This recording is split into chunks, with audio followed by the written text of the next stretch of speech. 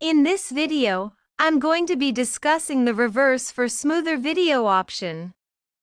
This feature enables smoother playback when you use talking photos for your lip sync videos.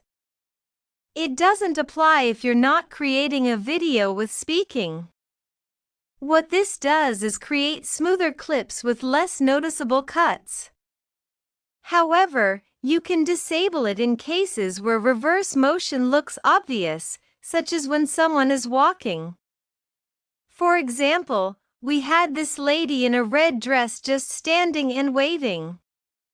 That works fine and looks natural. But when she was walking toward the camera, the reverse looping became more noticeable. You might also see this if there are moving objects, like deer running in the background. They'd appear to run forward, then backward.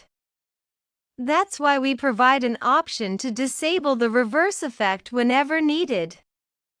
When disabled, you may notice more visible jump cuts, but at least there's no awkward backward movement.